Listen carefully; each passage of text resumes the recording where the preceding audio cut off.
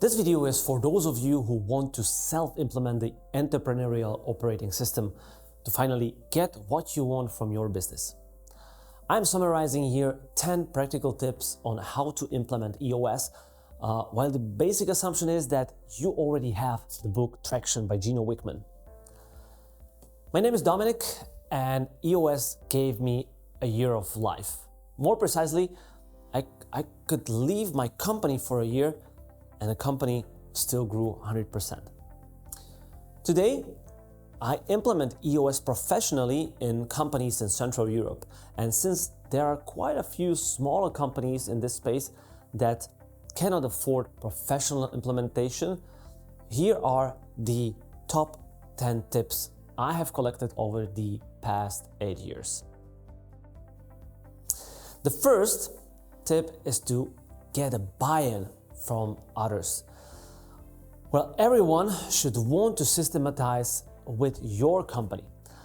At least the partners or the leadership team needs to be bought in.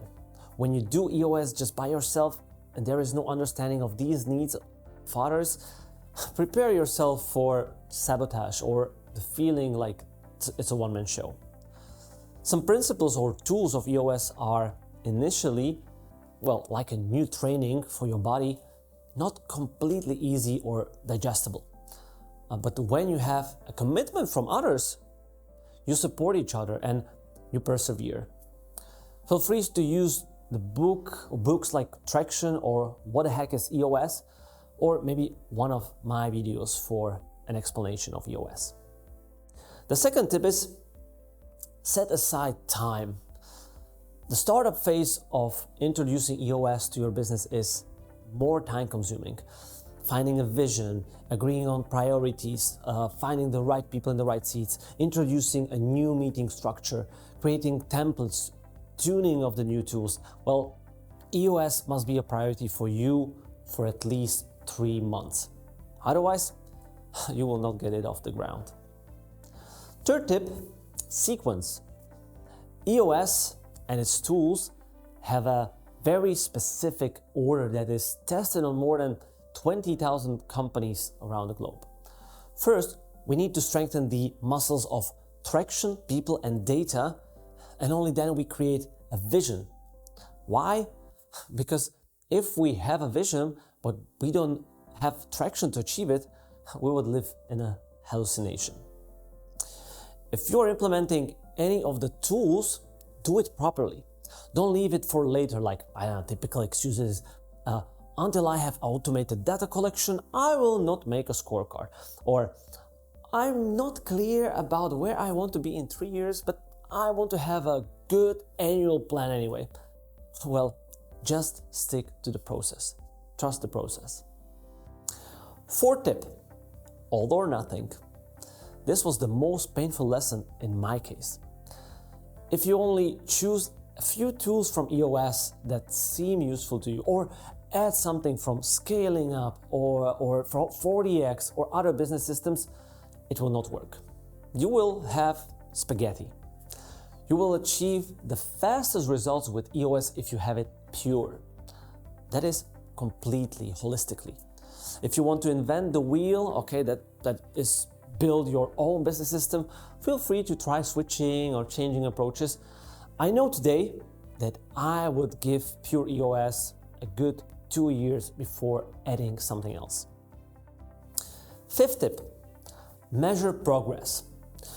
In the book, but also on the EOS website, you can measure the strength of the 6 key components or muscles that every company has. And you strengthen these muscles through the EOS process. So measure yourself at the beginning of the journey, then after the initial phase, after the 3 months, and then at least once a year. Not only will you see the progress, but especially you can tell exactly where you need to focus. You will see the issues. Sixth tip, maybe it's obvious, but here I see the biggest difference between the teams who do EOS and those who only think they are doing EOS. The latter do not have ownership. That is, accountability for EOS. Therefore, make sure you have one of you who will be the master or EOS champion who will oversee the implementation. Not only will they read the book and become a part of the EOS 1, but they will also hold the rest of the team accountable to do what you agreed on. This person will keep the process intact, the correct use of the tools, and can maybe even measure the effectiveness of the meetings, so that the rest of you can really lean on them. This is also related to the 7th tip, which is clear accountability. People, more precisely, people in the structure are the source of all good and bad in the company. Until you are clear about the structure, that is, you have a complete accountability chart with the right people in the right seats, then you will not get frustrated, or you will not move forward without it, or you will not move forward at all. And you will not enjoy this journey at all. In companies, it is really only about what you should do or what should be done, who is accountable for that, and who is holding this person accountable. So complete your accountability chart, make these tough people decisions first. 8th tip, ego aside. Since you will not have a professional facilitator with you who always fights for the greater good of the company, you will have to watch for the egos, interests of the departments, and the interests of the owners even more. It helps if you tell yourself that you will not work in the business for a while, but on the business. Always solve issues for the long-term greater good of the company. Hold each other accountable and engage in difficult debates. Yes, it might hurt our egos a little, but it's the only way to solve something forever. Learn from each issue and be open and honest. 9th tip, flexibility. The system will only be as flexible as you are. In an ever-changing environment, our vision is a magnet, a harbor for our company, for the ship with crew. However, it is not a plan that we should punish ourselves for not hitting. Occasionally, you can change the vision, its parts, okay, from the mission to the marketing strategy, or even the big 10-year target. Core values rarely change. You will probably rather create a new company with the same values than try to fix the same company by changing the values. The annual and quarterly priorities are improving your prediction. Good predicting teams hit 80% of goals and change maybe 1 or 2 every quarter, priorities every quarter or in a year at most. EOS will give you a firm helm of your ship.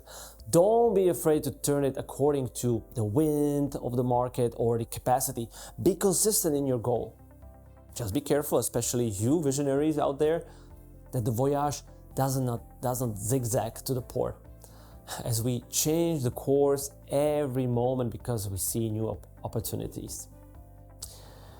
The last 10th tip is consistency. From the experience of over 600 implementers like me around the world, if something doesn't work in EOS, it's you, your team.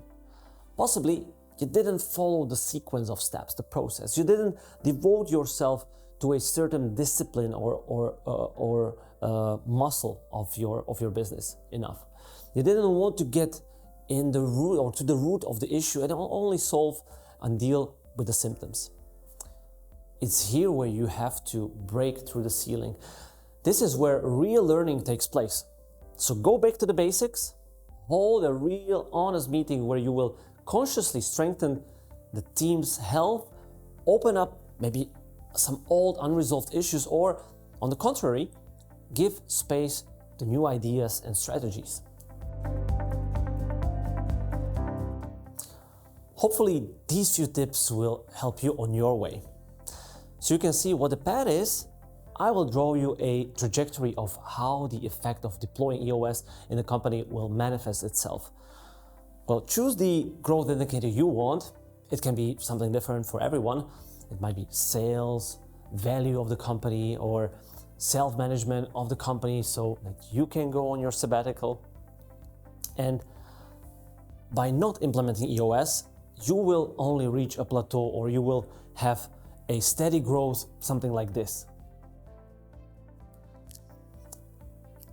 This is where you start to implement EOS and see the results over time.